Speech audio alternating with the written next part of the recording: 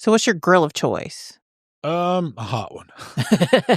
When it comes to grilling a ribeye, man, you really can use any kind of grill as long as it's got a good. I mean, I like my temperature to be around 550 to 600. It don't need to be any hotter than 600.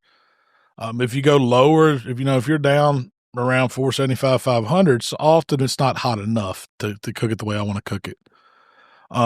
And so a Weber grill. I mean, that's a classic. That's what I used in the video. But any kind of charcoal grill will work, egg style ceramic grill, like a Primo.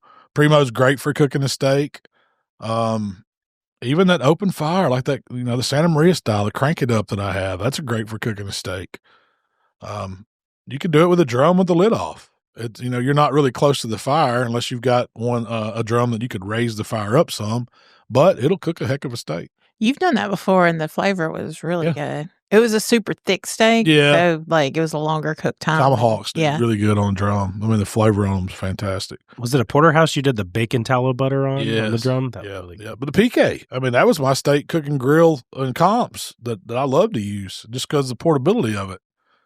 So there's all kinds of them, all kinds of grills, open fire, whatever you want. As long as you got a good hot fire, you can cook a steak. That's the beauty of a steak cook, man. You don't need much. Do you care about the charcoal? Like, do you want lump versus briquette, or do you care? Yeah, I just want hot. Briquette seems to do good because I just know the time on it, and I know it's going to burn up when it's done, and I'm just going to have some ash left that I need to deal with. I'm not trying to put it out and save it. But if I was cooking steaks in my Primo, yeah, I'd use lump.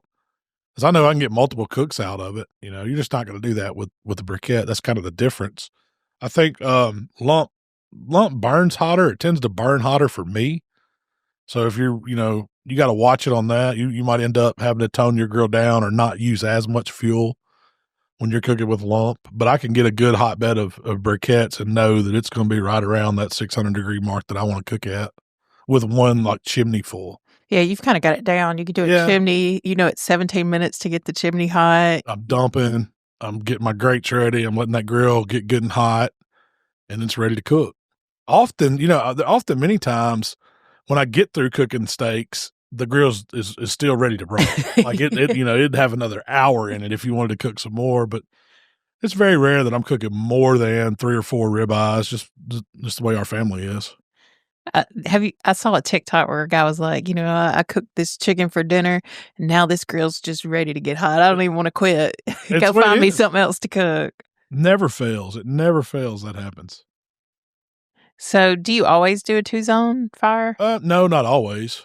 I did for the sake of the video just to show that, some people are less experienced. They need a safe zone. So when I was cooking, and I knew I was only cooking 2 steaks, so it worked perfect for that section of grill grate. I had one of those grill grates that didn't really have panels. It was just a one piece. It's kind of a universal grill grate. I like that. Yeah, I do too. It's really easy.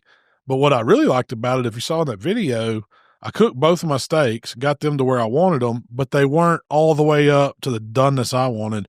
And I could just push that little piece of grill grate over to the cool side and let them hang out there, and then let them finish coming up. And after a couple more minutes, I'm watching them with my probe. It got to the doneness that I wanted, which was perfect.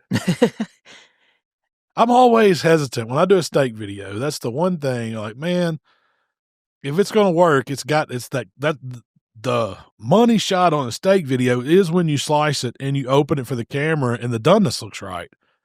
And often that's hard with beef. It's hard because sometimes the coloration's different and all that, but just when you nail it, it's just right. And it's always a gamble to me. It's like, man, did I overcook it? Did I undercook it?